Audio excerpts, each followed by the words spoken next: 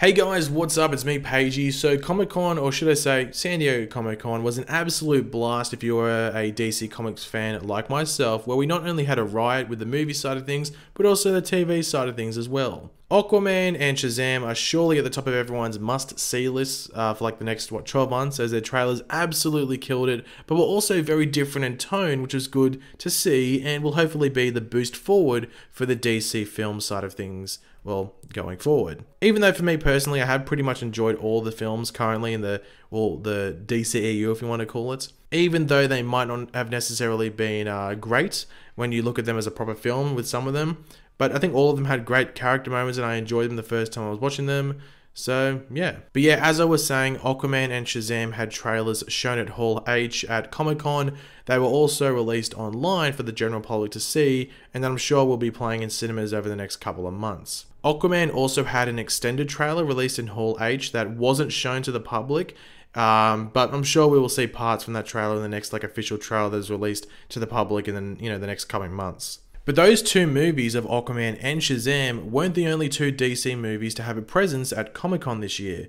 The Wonder Woman sequel, that being Wonder Woman 1984, was also there. So they had a panel which I think ran for about 15 minutes or so and had the three main people you would associate with the Wonder Woman movies, that being the director Patty Jenkins, Chris Pine, who plays Steve Trevor, God knows how they're going to explain his return, and of course Wonder Woman herself, the glorious Gal Gadot. As you would expect from a panel at San Diego Comic-Con, they went over the usual, such as the behind-the-scenes details and stuff of the movie, although it is important to remember that they have only been filming this movie for around 6 weeks or so, give or take a week or so. So there wouldn't be too much to talk about in regards to filming and stuff like that. But of course, they still had some stuff to share, and exclusively to Hall H, something they shared was of course a scene from the movie, or a scene and a half from the movie, I guess. Now, of course, I'm not going to be able to show that footage in this video or even screen grabs of it. I usually would show screen grabs, regardless of the footage. Usually that's like a no-no, but screen grabs I would usually show. But Warner Brothers seems to just be really heavy-handed with this footage and the screen grabs. They're just taking down videos left, right, and center that, as I said, not only feature the footage, but just those images, which is pretty crazy. I've never seen anything like that before.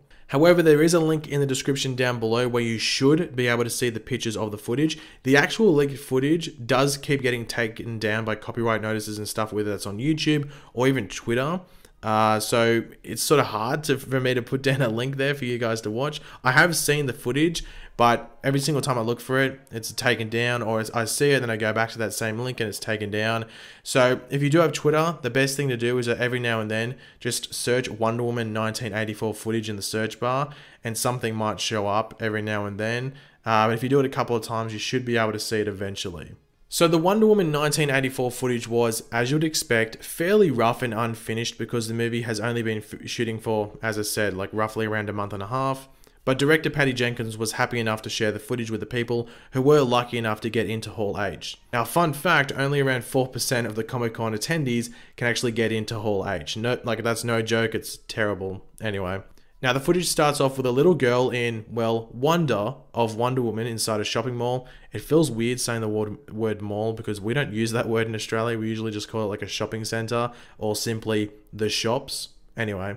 We then go on to hear gunfire, and Wonder Woman pushes this little girl out of the way of potential gunfire. But this is a safe move as the girl is pushed into a giant plush teddy bear. Wonder Woman disarms the gunmen and takes them both down with her lasso of truth.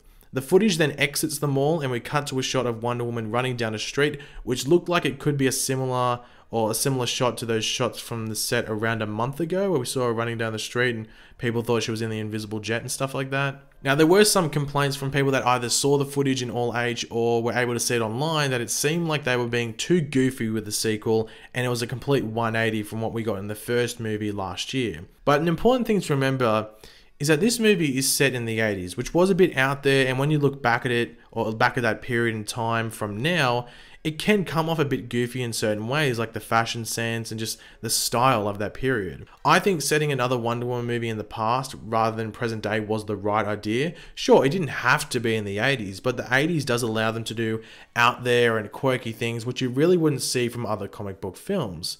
Also, it is important to remember the 80s is sort of the in thing now, thanks to properties such as Stranger Things, which embraces pop culture from back then. So I totally expect the movie to do the same. I understand why they chose this period. Now, in regards to the trailer, now I don't think this footage will be released online officially. This is like a Hall H sort of thing. However, in regards to a teaser trailer or just a normal trailer for this movie, I would say we would get our first one around December to feature alongside Aquaman in the cinemas when that's released. So in like the pre-show entertainment for Aquaman, you should expect a Shazam trailer, a Wonder Woman 1984 trailer or teaser, either or, and maybe even something like that new Godzilla movie as well. But obviously that trailer will be released online before that, maybe a couple of days or a week before Aquaman comes out. But that's the reason it would be released.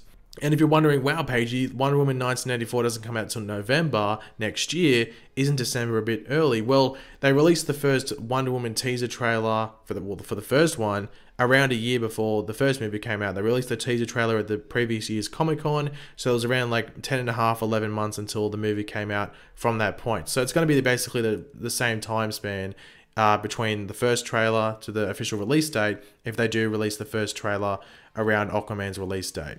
But thanks for watching, guys. If you enjoyed the video, it would be awesome if you could drop a like on it to show support. Let me know in the comments section down below. You're looking forward to Wonder Woman 1984. Do you think the 80s was the right period for them to go to? Or would you have liked like a modern day Wonder Woman? What would you have preferred to see? Just let me know all of your comments or opinions down there in the comments.